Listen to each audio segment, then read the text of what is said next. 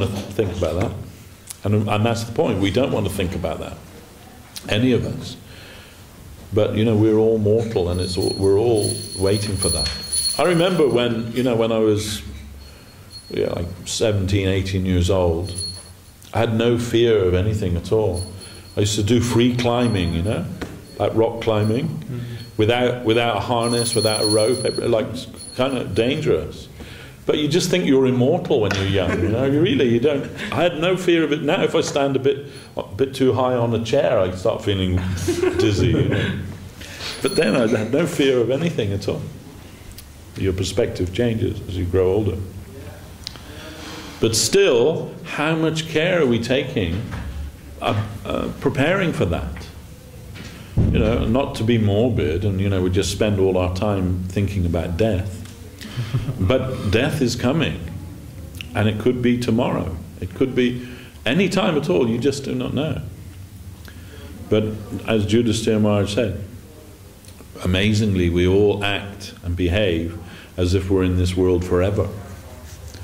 Srila Sridhar Maharaj said the mania of this world is home building.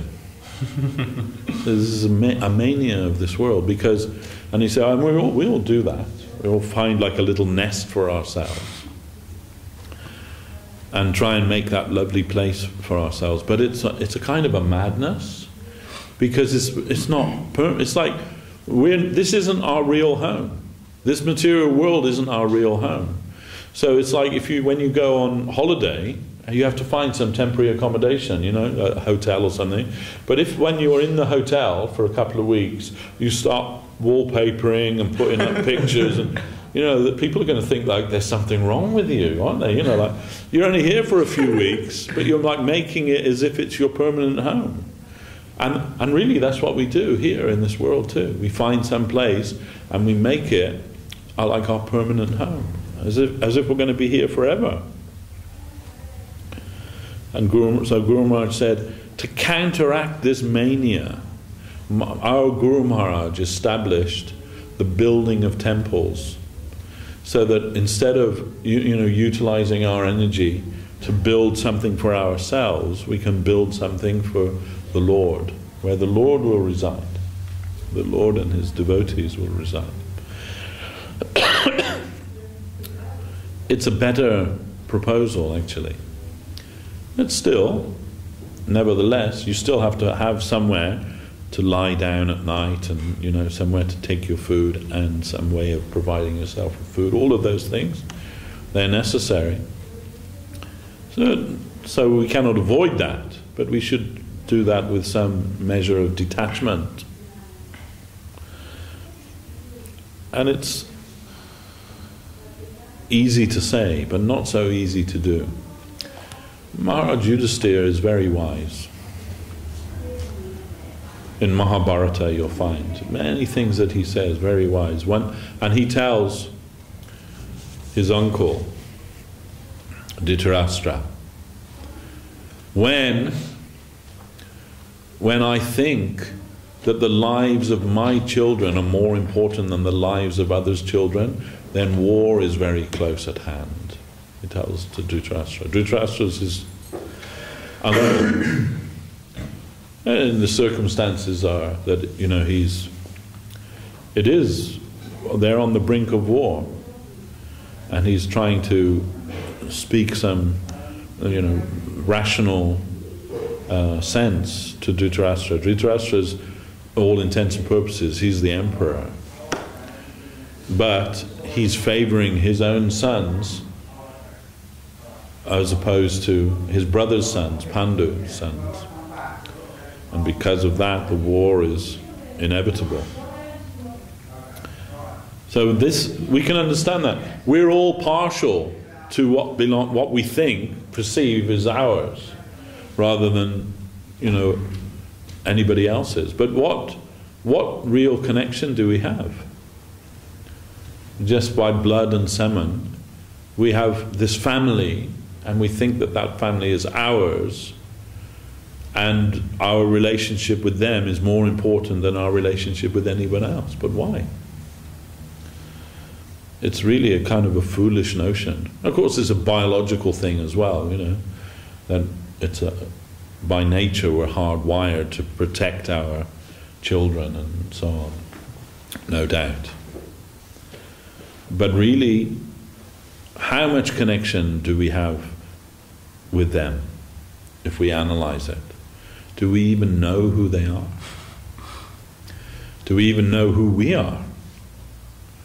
And then what about all of our other families that we've had in the past? Well, what about my mother and father from my last life? What about my children from my last life? And all the other lives that I've had, where are they now? What about that? I have connection with those that I have a family with now. But is that any more or less real than the connection I had with my previous family, or previous to that, or previous to that? But we don't even think about that anymore, do we?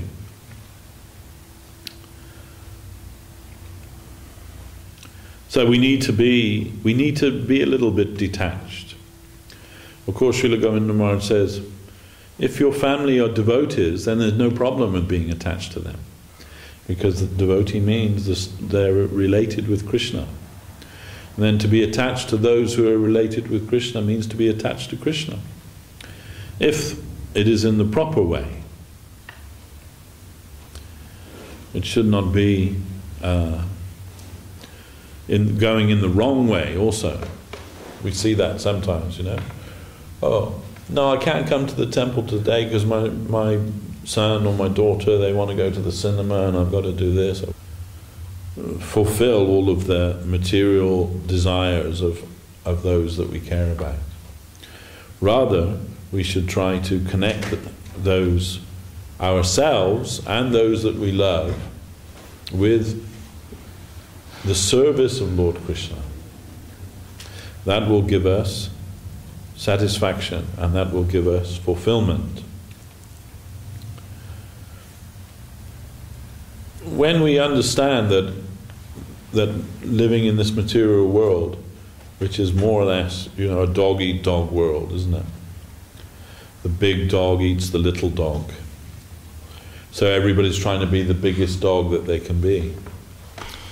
But that's not the life of a gentle person. Just like if I can exploit everybody better than everybody else and reach the top of the pile there, then I'll get everything that I desire. But just recently I read, the film actor Jim Carrey, he said, I just wish that everybody could get everything that they desired in this world, so that they could understand that won't give you happiness. And this is from somebody who is successful, materially successful person, right? He's famous, he's, rich, he's got everything that he could possibly desire, but he's realized that hasn't given him fulfillment, hasn't made him happy. So, just getting everything that you desire. A few years ago, one of my godbrothers who was serving in the temple, he was moving off somewhere, and he said to me, and I said, why are you going? Why are you leaving your service? And he said, I've got to follow my dreams. And I said, no, you don't, because they're just dreams, A dream means a fantasy. Like, really, what does that mean? I've got to follow my dreams, And the reality is that those dreams weren't fulfilled anyway. And even if they are, that won't give you fulfillment. The old adage, the old example that we've all heard, I'm sure, is the fish out of water, If you take a fish out of its natural environment, it doesn't matter what you give it. You can give it a supermodel girlfriend or a Bentley and everything that anyone might desire, but it'll only be happy when you put it back in the water. That's the only thing that's going to give the fish its fulfillment in life, because it needs to be in its natural environment. So we're like fish out of water. flapping around in this material world, looking, gasping for breath, trying to find fulfillment. But we're looking in the wrong places. Is that we're not material, we are spiritual. And by nature, the spiritual being must exist in the spiritual world, not in the material world. We can live in the material world, but with some adjustment. Like if you want to go into the ocean, you can live in the ocean, but you have to have a big suit filled with oxygen and everything, or in space or whatever. Same thing. You can make some adaptations and live there, but it's not your natural environment. So in the same way, in this material world, we make some adaptations so that we can exist here. But we're not going to be fulfilled or really happy here because it's not our home.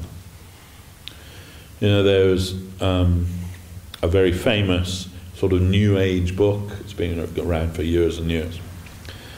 One of those self-help books. And the title of the book is All Sickness is Homesickness. And I've never read the book. I don't know what the message is inside, but the title is true. That's true. All our problems here are because of homesickness. Because we're all searching for a home, for our place that we belong. But we're making this compromise and trying to make that place here in this material world. So we don't know what else can we do. This is where we are. Then this is the hand that has been dealt to us. So we're going to have to do the best we can with that. And that's true to some degree. But still, the Lord has reached out to us and given us some knowledge of the self. The Lord has spoken Bhagavad Gita. The Lord has revealed himself through the scripture, and more importantly for us, and more profoundly, through his devotees. And they encourage us, wake up and try and find your real purpose in life. It's not in exploitation. Exploitation is reactionary.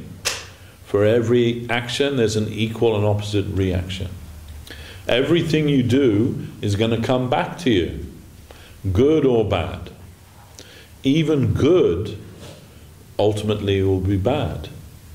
That is in the Hindu religion, Sanskrit, they call that punya, right? To do punya. That means to do good works in the world, and you get some merit for that, so that you can live, like on your punya account. In this life, in your next life, you'll be promoted and so on. But actually, that's also not good, because even if you never did any pap, which is the opposite of punya. Pap means sin. If you never did any pap, only punya, then when you move on to your next life, you still have to come back to this material world to enjoy the result of your punya. Then that's also bad, ultimately. That's not what we want. We want to leave this material world and enter into our home in the spiritual world. No amount of punya will ever bring you that far. So punya is not the goal.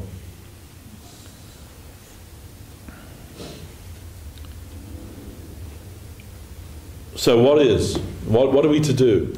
If exploitation is the only way that we can live in this material world, and it is, really, then what are we to do? Someone will think, well, if that's reactionary, then I should leave that, renounce that, find a cave and live in a cave in the Himalayas or something, and practice spiritual life. Some people think like that. But how long can you do that for? And how practical is that for most people? It's not at all practical. But even if you were resolved to do that, how long could you do that for, realistically? Some years ago, I was in Vrindavan, and suddenly this like sadhu approached me, and he's got like a big beard and a big top knot, and and dark skin and like and he says, "Harry Ball, do you remember me?" And he was from England, right?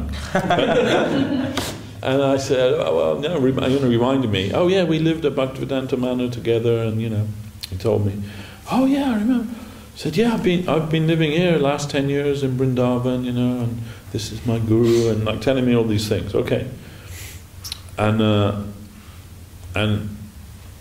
so, like he's living there, and then we're talking for some time, and then he says, "You know what? You haven't got a Mars bar, have you?" And I said, no, sorry, I don't. And he said, "I've really been hankering after a Mars bar, been here all this time." And I said, "Oh, like I don't have one, but I'm sorry to tell you that like Mars bar is not even vegetarian." And, oh. Anyway, and we had some more talk and we parted, but my reflection was, he's come to live the life of a sadhu in Vrindavan, and this is his meditation. Where's the Mars bar, Maybe that wasn't all he was thinking about, I can't say. But certainly it was prominent there in his mind. But my point is that unless you're free from the desire to enjoy this material world, Mars bars or whatever your particular vice may be, that's going to come into your consciousness at some point. Maybe he'll leave Vrindavan and wander the world looking for Mars bars. I don't know. But so renunciation isn't the answer either, because renunciation,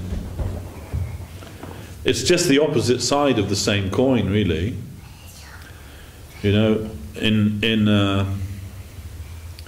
Again in Sanskrit, that it's called bhoga and tyag. Bhoga means enjoying, and tyag means renouncing. Or Bhaktivinoda says bhukti and mukti.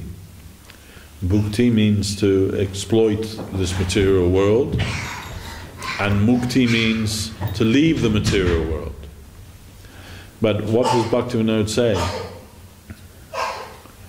Bhukti mukti pisachya, in his song. He says that pisachya means like a witch or a ghost. That they're like ghosts, phantoms, or witches, or evil spirits, or something like that. Pisachya. In fact, I think pisachya means like a witch that kills children, specifically. But he says bhukti and mukti are these two witches, and as long as they reside in your heart, then Krishna Bhakti will not live there. So first of all, you have to banish them, bhukti and mukti. That means the desire to lord it over this material world, or follow your dreams in this material world. That means bhukti. And mukti means to renounce everything and leave the material world. But both are foreign to our soul. Only the middle path of dedication or bhakti, only that will give us real fulfillment in life. And what's the proof of that? Well, philosophically, we have to understand it from, like a Hegelian point of view. Hegel was a German philosopher, and his idea or conclusion about the existence of God. If God exists, he must fulfill two criteria. He must be for himself and by himself. This was Hegel's conclusion. He must be for himself and by himself. And for himself means that he only exists to fulfill his purpose, nobody else's purpose. If he existed to fulfill someone else's purpose, then that person would hold the superior position. So only for himself, for his own purpose, whatever that may be, and by himself. By himself doesn't mean like alone, but it means no one to rival him. Not like, in the Judeo-Christian Muslim religion, they have this idea of God and Satan. They're like these eternal rivals. And if Satan gets enough followers and enough power, he can push God out of heaven and he can take his place and like reign in darkness. And there's so many horror stories revolving around that. But that's a foolish idea. A dualistic idea. Good and evil. But God is above good and evil. In their eye, God is the epitome of good, Satan the epitome of evil, and they're always at battle with one another. But Bhaktivinoda Thakur, he says, we doubt that such a gigantic being exists as the Satan, but even if he does exist, he's also under the control of God. He's not independent of God. No one can be. He may think himself a rival, but that's foolishness. Many people have thought that, right? Yet many common people like you and I have thought like that. If God exists, I demand he appears before me now. There, you see, he doesn't exist. He didn't. Right? So many people think like that. But is that even a sane proposition? If you stand outside Buckingham Palace demanding that Queen Elizabeth come before you, or you don't believe that she exists, they'll be taking you away in a van with a straitjacket before very long. But we think, we can demand if God exists to show himself to us. So he's by himself. There is no second that rivals him. He is the supreme, has the supreme authority and the supreme power, and everything rests within him. And for himself, he only exists to fulfill his purpose. If we think about that, this point particularly, that he's for himself, then that means that everything that within his creation also exists for him. It doesn't exist for any separate purpose. It's not possible. If he exists for himself, then everything that he creates also exists for him. And if he didn't create it, then that means he's not by himself. That means there's some other entity out there. But there's one, the Advaita, the one indivisible, supreme, absolute truth. Then he exists, and he exists to fulfill his purpose. Then that means all of his creation exists to fulfill his purpose.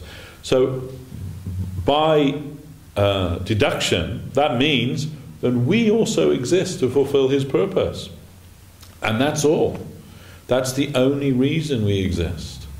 We don't exist to follow our dreams and to fulfill our separate interest, separate to his interest. That's not the reason we exist. But he's so merciful that he allows us to do that if we want to. And why? Because he created us to live in a relationship of love with him. And love must be given freely. Love can't be forced. So he could compel us to serve him if he wanted to. Make us all like little automatons that just serve him. But that's not what he wants. He's complete within himself. He has no requirement for anything. But he has some purpose and some desire that he wishes to fulfill. And that desire is that he wishes to enjoy love. As Guru Maharaj said, the greatest thing ever invented, love. So, and we all have that capacity within us too. Every one of us wants love. Every one of us wants to be able to find some person, some object of our love. And every one of us wants also to be loved. And we have that capacity within us to be loved and to give love. Because we're part of him. Because it exists within him, it exists within us too. And so we're trying to, to do that. But, like in a temporary way. Like, yeah, okay, it's not the ultimate, but that'll do for now. That's the way that we think in this material. Okay, maybe it's not the absolute thing. Maybe it'll do till something better comes along. It'll do. And so we enter into so many relationships.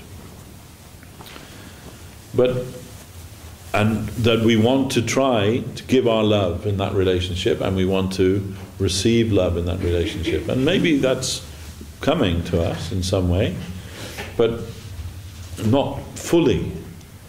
Not fully. And most people nowhere near that fully. Most people compromise, don't they? Like one of my colleagues at work, he says, yeah, we just stay together for the kids, really. Talking about himself and we just stay together with the kids, We go on separate holidays, I do stuff with my friends, she does stuff with her mates, and but we stay together for the kids. And maybe people don't even stay together for the kids anymore, do they? No, not my brother. His oldest son is like 30 something now. My younger brother, he's got 3 sons, and the youngest son is at university now. Like after nearly 35 years of marriage, his wife's like, I'm off now. I want something else, I want to find somebody else, and she's got a new bloke, and there. After 35 years, and my brother's not a bad guy. He didn't beat her up or anything. He was pretty good guy. He provided for them, and but it's just wasn't enough for her anymore. I'm off, and that's how it is, right? People they get bored. That's the reason why people separate now. That was all right. I'm bored now. I'm going. I'm off. Or you meet somebody who you think is the perfect person for you, and then after you live together for a few weeks, it's like, well, you're always leaving the toilet lid up, and it always leaves the cap off the toothpaste, and they're silly things, but sometimes that can be enough to finish someone's relationship. I can't bear it anymore. How many times have I, whatever it may be, something, But didn't somebody say that love is eternal? Then maybe it wasn't love. People think, maybe love doesn't even exist. Maybe it's just a biological imperative that we confuse, and we think that that's love. But no one said, I had a go at it, it didn't work out, I'm not bothering with that love anymore. Why is it that the top selling movies are all about love, aren't they? The pop songs, they're all about love. And the ones that are most successful are about unrequited love, aren't they? The guy meets the girl and they fall in love, then something goes wrong and they get separated, and such a tragedy. These are the themes, like in literature, in art, in music, in poetry. These are the themes that capture us, that we want to see that, I come home, I've used this example before, and come home once, and my wife and daughters, they're watching something on the TV, and they're all crying, like they're watching some movie, and and they're all crying because it's like tragedy. You know, the couple have been separated, and it's all a big mix-up, and we don't know if they're going to... And they're crying, and I come in, like, in the snapshot of all that, and I'm like, oh, let's put something a bit more cheerful on. No. We've got to see what happens now, you know? Who was it? Shelley said, the sweetest songs are those that tell the saddest tales. So, you know, these are like themes that they capture us, that we relate to them, and everybody. So, you know, like, and the course of history is filled with tragedy, either real or imagined, but, you know, tragic stories. But nobody thinks, oh, I'm not going to bother with anything like that. I mean, maybe a few people, you know, they become a monk or a nun or something, but most people think, yeah, it didn't work out for Romeo and Juliet, or, you know, whoever it may be, but it's worth a try, isn't it? You know, like, maybe it'll work out for me. You know, like, it's worth a try. Why? Because it's part of who we are. It's an expression of our soul. Our soul hankers for love. It's the one true thing that comes through all of the rubbish in this material world, is the soul's necessity to love and be loved. It's actually what we are. It's actually what makes us who we are.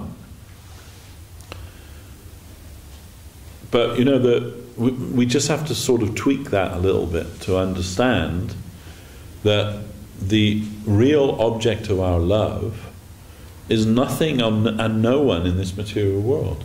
It is our source, the Lord Himself, who has endowed us with this loving nature. We have to connect with Him. Then our necessity for love and our ability to love will be perfectly reposed in Him and perfectly reciprocated in Him. And we shouldn't settle for anything less than that. In South India, there's the saints of South India called the Alwars. Maybe you've heard of them. But one was a lady, and from her childhood, she wouldn't marry anyone except the Lord. When she saw the Lord in the temple, Narayan in the temple, and heard of His glories and everything, she told, I cannot accept any mortal man as my husband, only Him. Only Him as my husband. And she was married to the deity. She was an avatar of Lakshmi Devi, so that's why she felt like that, of course. But no one will get their fulfillment unless and until they give that to the Lord, and freely to the Lord. So although He could compel us to serve Him, He does not compel us, because He wants that we offer ourselves lovingly to Him. It always has to be freely given. That's why we've been given free will. And free will means the right to do wrong. So we have the right to do wrong. But having the right to do wrong means you have to deal with the consequences of that too. Doesn't mean that there's no consequence in that. But ultimately, that free will can give us what we require, and that is our loving relationship with the Lord, because He's waiting for us to offer ourselves to Him. And when we offer ourselves to Him sincerely, He'll reciprocate with us. He'll accept us. He'll arrange everything in our life to bring us to Him. We find that in Prapannajivanamritam, where Ramchandra has told that to Hanuman and the other devotees. When Vibhishana comes to surrender to Ram, And all of Ram's servants, they say, now he's a spy. Why do they say it? Because he's Ravan's brother. Right? No, don't accept him. He's a spy. He's from the enemy camp. You can't accept him. And Ram tells Lakshman, whoever says to me sincerely, even once, my Lord, I am yours, then I give him my protection for all time to come. So, only one time is it necessary for you to sincerely offer yourself to him. Once, if it is real and it is sincere, it is enough. He'll accept. And based on that, he'll make all arrangements to bring you to him. This is his beautiful, wonderful nature of the Lord. That, he could have, free will, and free will. By free will, the majority, they just go straight to Krishna Loka, right? When they're, from the point of their conception, inception, whatever you like to say, their creation, if you like, they go and join with Krishna. But those some misuse their free will, come here. Then he could just pop them off the end, couldn't he, they have this, it's a bit of a crude example, but you may have seen it. When they have these people, when chickens are born, they go along a little conveyor belt, and somebody can tell, just by looking at them, male or female. The females keep them, because they'll make eggs. The males, they go straight into a machine that just grinds them up into pieces. Finishes them, because they're no use, right, to the chicken farmer. It's got no use for them. And he needs one cockerel and the hens.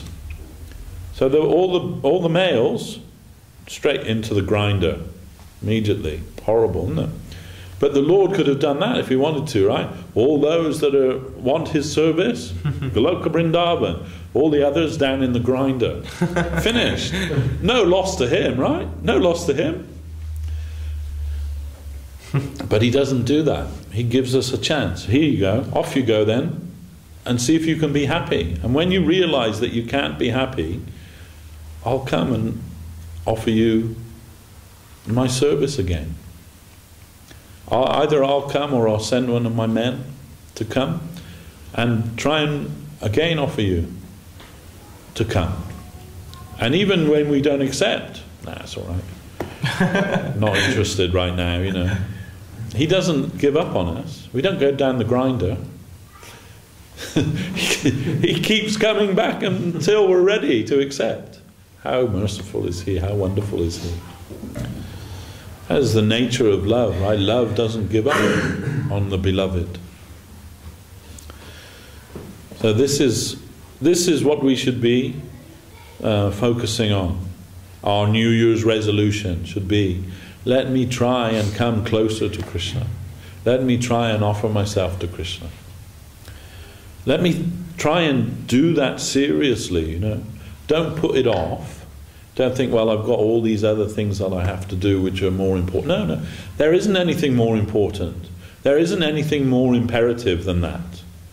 If you understand that, and you try and make an effort for that, you don't have to go and live in a cave in the Himalayas. You can carry on doing whatever you're doing, but change your consciousness so that he becomes the focus of your life.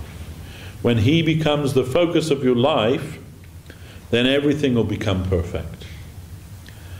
I mean, I don't mean that, that your life will become a bed of roses suddenly, and everything that you ever wanted will suddenly miraculously come to you. It may or it may not. It doesn't matter, because that isn't your focus anymore. Your focus is him. And when you're able to make your life with him in the center, then everything else, success or failure, all of those things, they all become the same to you. They won't become that important anymore. Mahaprabhu was given this example he gave to Raghunath Das Goswami, and it's a very naughty example actually, for Mahaprabhu is a sannyasi, right? And he told Raghunath, who wants to come to him, but Raghunath's like a prince and living with his family, a very wealthy family and everything. Then Mahaprabhu told just like the married woman who's taken a lover. You carry on with your household affairs, just like she'll carry on with her household affairs. But in her mind, while she's doing everything as before, she's thinking about her lover. She's not thinking about anything else. She's not even thinking about the chore that she's doing. But what happens is that all of those things that she's doing at home, she does them even better than before, because she doesn't want anyone to suspect. So she's even taking care of that even more attentively than before. But in her mind, she's with her lover. So he told Raghunath, you do that. You stay in your home, you do your duty, you do everything, but in your mind you will be with Krishna. In your consciousness you will be with Krishna. He will be everything to you. It is a perfect solution to everything in this material world. That as soon as we put Krishna as our focus, then everything will become resolved in the absolute, you can say. Prabhupada Swami Maharaj used to give the example, if you have a check and it's got like 1,000,000 zeros on it and you take it to the bank, what are they going to give you? 0. It doesn't matter how many zeros you put on there, the value of that check is 0. But as soon as you put 1 in front of those zeros, then how immensely valuable does it become? So everything in this material world ultimately equals 0. Why? Because it's all temporary. It's all going to become nothing in the end.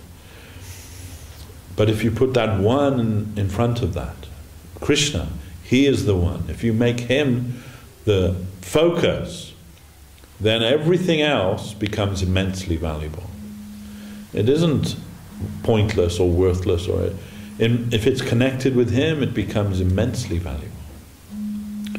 This is the secret to success in spiritual life, understanding this fundamental principle. And how do we progress in spiritual life? By Nama Sankirtan.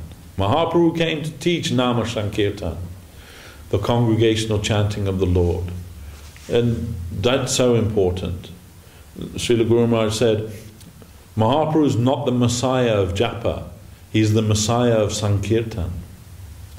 So he's come to teach us Sankirtan, and Sankirtan means together with the devotees. Together with the devotees to chant the holy name of the Lord.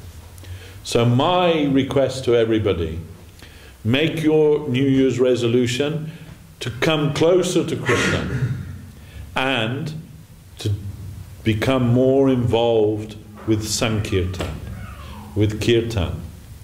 Come, join with the devotees, make opportunities to be with the devotees and have Sankirtan. So I'm going to stop here. That's my mother, I bet, yeah. It is my mother. I'll call her back. So, anyway, thank you all for listening to me. But please, my request, everybody take this Krishna consciousness seriously. And let's all try together to proceed towards him and make our lives perfect. Jai Srila Guru Maharaj ki jai, Guru Dev ki jai, Vaishnava Vrinda ki jai, Harinama Sankirtan ki jai, Tatai Gaura Premanande, Sripad Devashis Prabhu jai.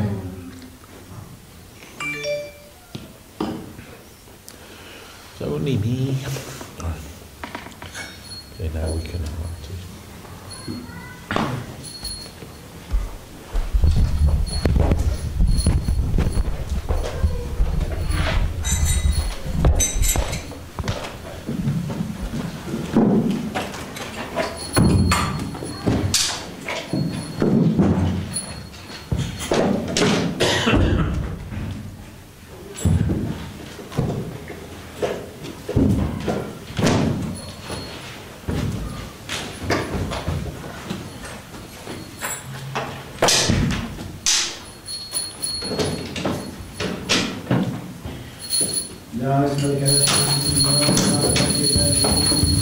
Jai.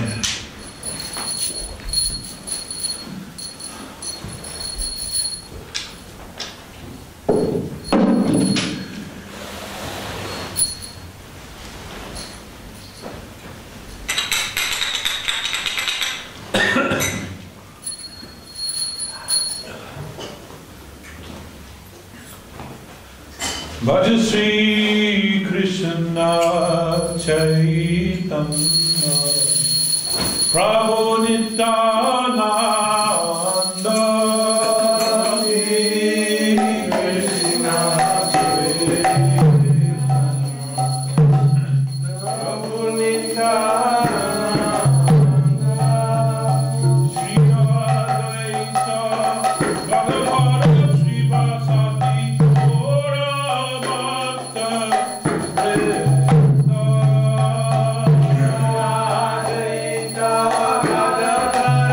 Shiva